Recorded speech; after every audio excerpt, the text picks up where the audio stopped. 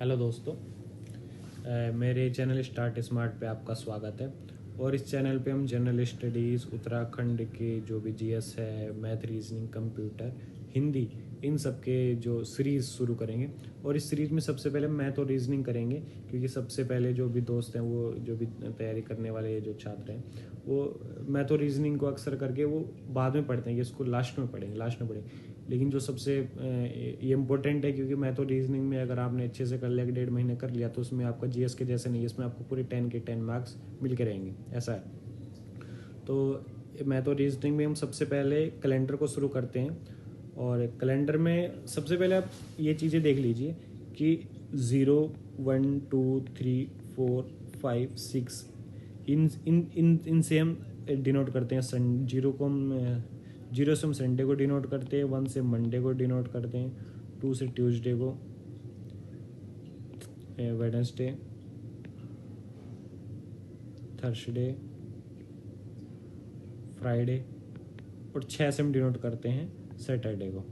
इसको आप ध्यान रखना, ये मैं बता दूंगा ऐसा क्यों करते हैं। और फिर एक चीज़ और लिख ले, 400 में इसको इस तरीके से याद रख ले, 400, 300, 200, ये शताब्दी है।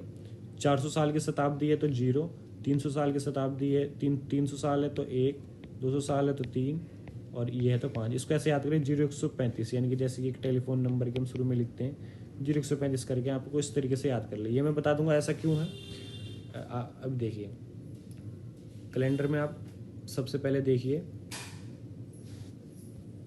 कि जैसे कि मंगलवार को ये अगस्त 2000, आप देखिए कि जैसे अगस्त 2023 का महीना है, इसकी 1 तारीख को मंगलवार है, इसकी 8 तारीख को भी मंगलवार है, इसकी 15 तारीख को भी मंगलवार है। यानी कि 1 से 8 तारीख के बीच कितने दिन का अंतर है? 7 दिन का, यानी कि एक हफ्ता। 8 से 15 तारीख के बीच कितने दिन का अंतर है? यानी कि एक हफ्ते का अंतर है।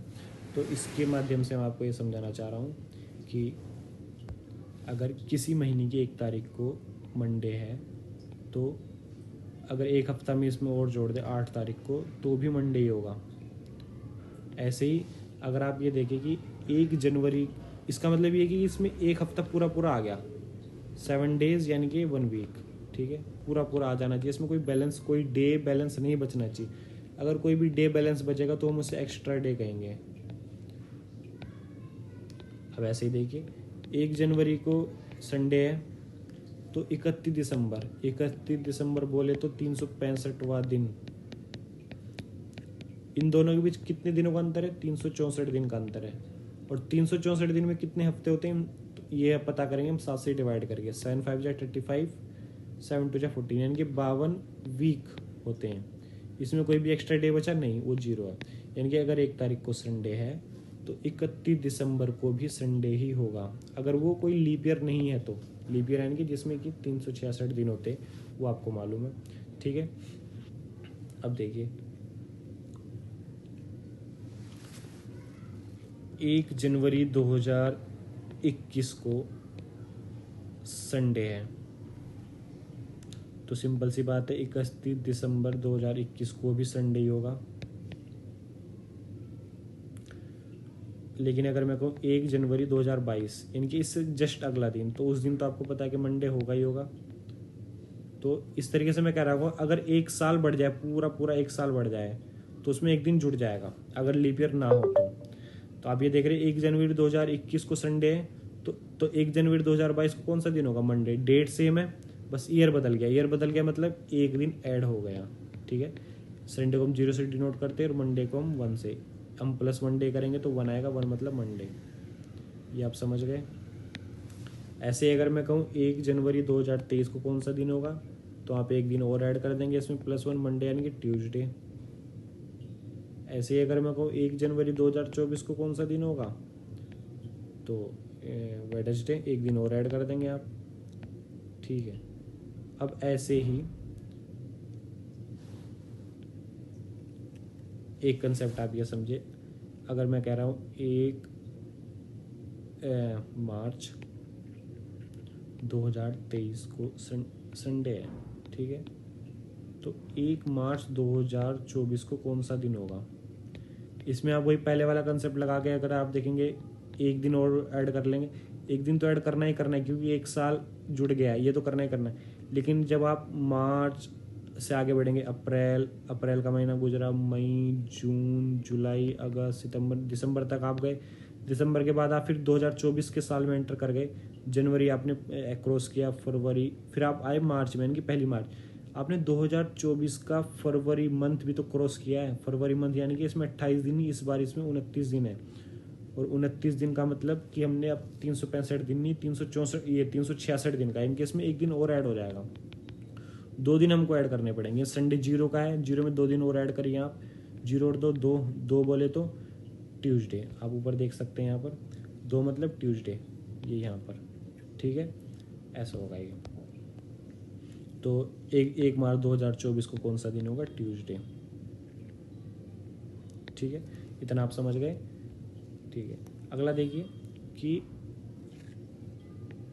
1 मार्च 2021 है, लेट से मैं कहता हूँ 1 मार्च 2031 को कौन सा दिन होगा? इसमें 10 साल बढ़ गए पूरे पूरे। 10 दिन तो आपको जोड़ने ही जोड़ने हैं, तो सिंपल सी बात है। लेकिन इन 10 सालों के बीच कितने लीप ईयर आए होंगे, वो दिन भी तो आपको इसमें जोड़ने पड़ेंगे ना। कितने लीप ईयर आएंगे इसमें कितने दिनों, 10 साल का अंतर हो, 10 साल में कितने लीप ईयर होते हैं? लीप ईयर का आप पता करेंगे उसको 4 से डिवाइड करके। 10 तो है ही है, ये तो सिंपल है, 10 तो है ही है। लेकिन इसमें आपको साल भी ऐड करने पड़ेंगे। लीप ईयर कितने दिन हो, तो लीप ईयर इसमें कितने होंगे वो हमको पता लगेगा जब हम 10 को 4 से डिवाइड करेंगे। 4 2 8, 2 भले ही बच रहा है, 2 इसके बाद कितना बच रहा है? 2, लेकिन 2 का तो लीप ईयर नहीं होता। 4 2 8, यानी कि 2 इसमें पूरी लीप ईयर है, यानी कि इसको मैं लिख सकता हूँ 10/4। ये एक तरीके का फॉर्मूला बनता है, यानी कि अगर मैं इसको x लिख दूँ प्लस x/4, यानी कि जो अंतर है इन सालों में वो तो आपको जोड़ना ही जोड़ना है। जितने लीप ईयर आए उसको भी आपको यहाँ पर जोड़ना है। तो इसको मैं कहूँगा, इसको फिलहाल के लिए मिटा देते हैं, तो इसको मैं कहूँगा 10 दिन एक्स्ट्रा ये हुए और 2 दिन एक्स्ट्रा ये हुए यहाँ से, क्योंकि यहाँ पे लीप ईयर निकालना है ना हमको, यानी कि 12 दिन एक्स्ट्रा हो गए। लेकिन हमको तो 12 दिन एक्स्ट्रा हो गए, यानी कि इसको फिर आप दोबारा 7 से डिवाइड करें, क्योंकि हम वीक में निकालना है। 7 1 7, एक हफ्ता पूरा रिपीट हो गया, बचे कितने दिन और? 5 डेज और बचे, ये आप समझ गए। एक्स्ट्रा दिन कितने बचे? 5 डेज। अब 5 डेज मतलब, अब आप बोलिए 1 मार्च 2021 को था संडे, यानी कि 0। अब 5 दिन एक्स्ट्रा हैं, तो 5 दिन एक्स्ट्रा है तो इसमें आप 5 दिन और जोड़ें, तो 5 में क्या आएगा? ऊपर देखें जरा आप, 5 में आएगा फ्राइडे। तो 1 मार्च 2031 को आएगा फ्राइडे, ये भी आप सीख गए, ठीक है। अब इसी तरह का एक चीज़ और है, एक तरीके के सवाल और पूछे जाते हैं, जैसे कि मैं कहूँ कि 1/1/2021 को कौन सा दिन था। इसमें आपको ये नहीं बताया कि इससे पहले इस तारीख को मंगलवार था या इस तारीख को बुधवार था, ऐसा कुछ नहीं बताया आपको। सीधे सीधे ये बताया कि रियल में 1 जनवरी 2021 को कौन सा दिन था। तो इसे आप कैसे कैलकुलेट करेंगे? आप 3 कॉलम बना लीजिए ऐसे करके। पहले कॉलम में आप लिखिए शताब्दी, दूसरे कॉलम में आप लिखिए साल, तीसरे कॉलम में लिखिए आप करंट ईयर, जो कि हाल में चल रहा है साल, करंट ईयर। 3 कॉलम बनाए।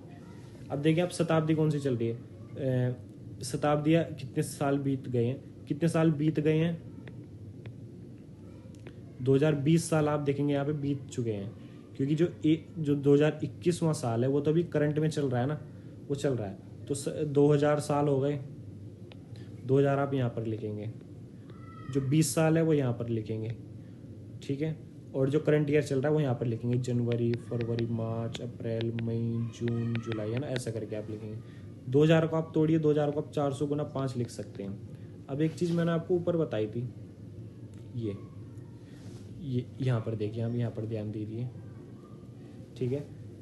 400 जो साल होते हैं उसमें कितने दिन एक्स्ट्रा होते हैं? 0 साल एक्स्ट्रा होते हैं। 300 साल होते हैं उसमें 1 दिन एक्स्ट्रा होता है। जो 200 साल होते हैं उसमें 3 दिन एक्स्ट्रा होते हैं। जो 100 साल होते हैं उसमें 5 दिन एक्स्ट्रा होते हैं। तो 400 साल में कितने दिन एक्स्ट्रा होते हैं?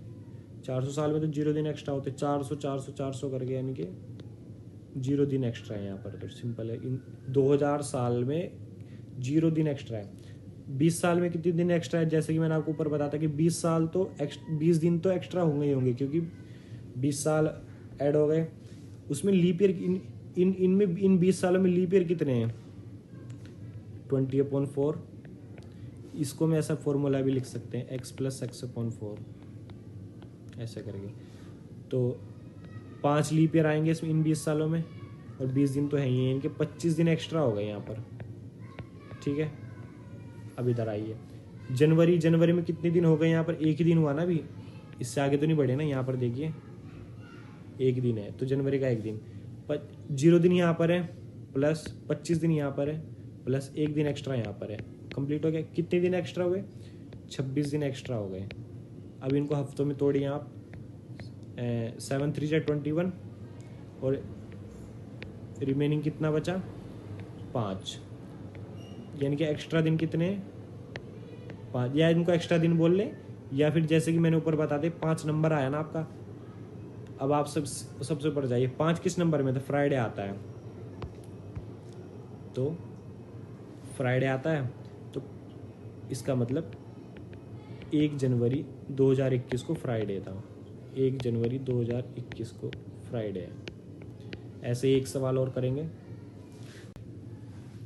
इस वीडियो में आपने 2 तरीके के सवाल देखे। जैसे कि फर्स्ट टाइप के सवाल में मैं आपको बताता हूँ कि जैसे कि 24/9/2021 को मंडे, अगर मंडे होगा तो आपने बताना है कि 24/9/2024 को कौन सा दिन होगा, ये आपने कमेंट में बताना है। इसी का दूसरा सवाल है कि 24 फरवरी 2021 को अगर फ्राइडे है तो 7 नवंबर 2025 को कौन सा दिन होगा, ये भी आपने कमेंट में बताना है। दूसरे टाइप के सवाल देखिए इसमें कि जैसे कि 4/5/2000 को कौन सा दिन होगा, और 23/9/2021 को कौन सा दिन होगा, 15 अगस्त 1947 को कौन सा दिन होगा, जिस दिन हमारा देश आज़ाद हुआ था। ये आपने सॉल्व करना है और ये आपने नीचे कमेंट करना है आंसर इनके जो भी आएंगे। और जो भी कोई डाउट हो वो आप कमेंट में पूछ ले, मैं उसका जवाब दे दूंगा। और साथ में अगर मेरी वीडियो भी आपको समझ आई हो तो प्लीज़ सब्सक्राइब कर दीजिए। Thank you.